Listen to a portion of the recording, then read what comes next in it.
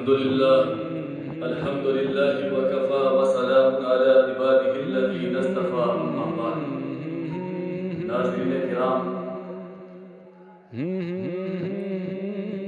آج شعبان المعظم کی 14 تاریخ ہے. آج کی رات کو شب برات کی رات کہا جاتا ہے. اس رات میں مسلمان خاص طور سے راتوں میں جاگتے ہیں اور اللہ تبارک و تعالیٰ کی عبادت کرتے ہیں، قرآن کریم کی تلاوت کرتے ہیں، تسبیحات پڑھتے ہیں، اللہ کے سامنے روتے ہیں، گر گراتے ہیں، اپنے گناہوں پر توبہ کرتے ہیں. اس رات میں کوئی مخصوص عبادت نہیں ہے. بہت سارے ایسے حضرات ہیں جنہوں نے ہم سے سوال کیا کہ حضرت یہ بتائیں کہ صلاۃ التسبیح کی نماز کس طرح سے پڑھی جاتی ہے. بلکہ حقیقت تو یہ ہے کہ صلاۃ التسبیح کی نماز آپ روزانہ پڑھ سکتے ہیں، آپ کا جب دل چاہے تب پڑھ سکتے ہیں. لیکن بہت سارے ایسے حضرات ہیں جو نہیں پڑھ پاتے ہیں، تو اس موقع سے وہ اس نماز کو بھی پڑھتے ہیں. تو انہوں نے سوال کیا تو میں نے بھی سمجھا کہ اس بات کو بتا دینا ضروری ہے. تو صلاۃ التسبیح کی نماز حضرت عبداللہ بن عباس رضی اللہ عنہ سے روایت ہے کہ رسول اللہ صلی اللہ علیہ وسلم نے اپنے چچا حضرت عباس رضی اللہ تعالی عنہ کو فرمایا، کہا کہ اے میرے چچا، میں آپ کو ایک تحفہ نہ دوں، ایک اچھی بات آپ کو نہ بتا دوں. حضرت عباس رضی اللہ عنہ نے فرمایا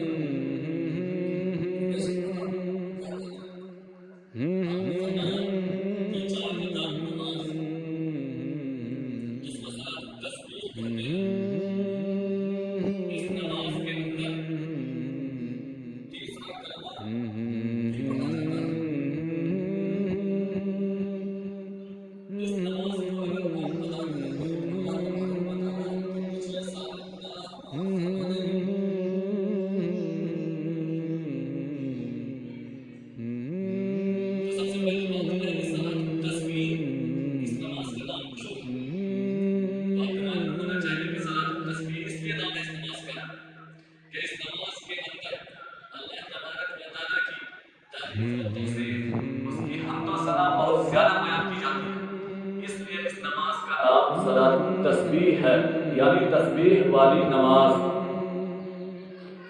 تو آپ نے اپنے چچا سے فرمایا کہ اے میرے چچا، آپ اس نماز کو روزانہ پڑھ لیا کریں، اس نماز کو روزانہ ایک بار پڑھ لیا کریں.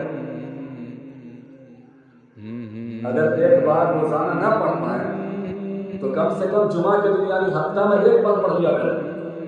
اگر وہ بھی نہ ہو سکے تو مہینہ میں ایک بار پڑھ لیں. اگر مہینہ میں بھی ایک بار نہ پڑھ پائیں تو کم سے کم سال میں ایک مرتبہ پڑھ لیں. لیکن سال میں بھی اگر ایک مرتبہ بھی نہ پڑھ پائیں تو پورے زندگی میں کم سے کم ایک بار اس نماز کو ضرور پڑھ لیں. اب بہت سارے ایسے حالات ہیں جو سوال کرتے ہیں کہ کیا اس نماز سے صرف گناہ صغیرہ معاف ہوتا ہے کہ کبیرہ بھی معاف ہوتا ہے؟ تو میرے محترم بزرگوں دوستو، اس نماز سے اصل تو یہی ہے کہ صغیرہ گناہ معاف ہو جائے.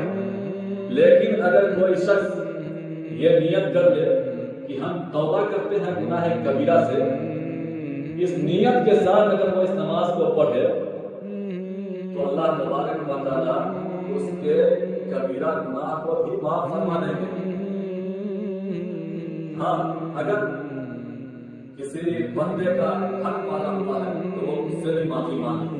اللہ تبارک و تعالیٰ اس نماز کے ذریعے سے اس کے صغیرہ کبیرہ سارے گناہ معاف فرما دیں گے. تو اس نماز کو پڑھا کیسے جاتا ہے، کس طرح سے پڑھا جاتا ہے؟ اس نماز کو پڑھنے کا دو طریقہ ہے.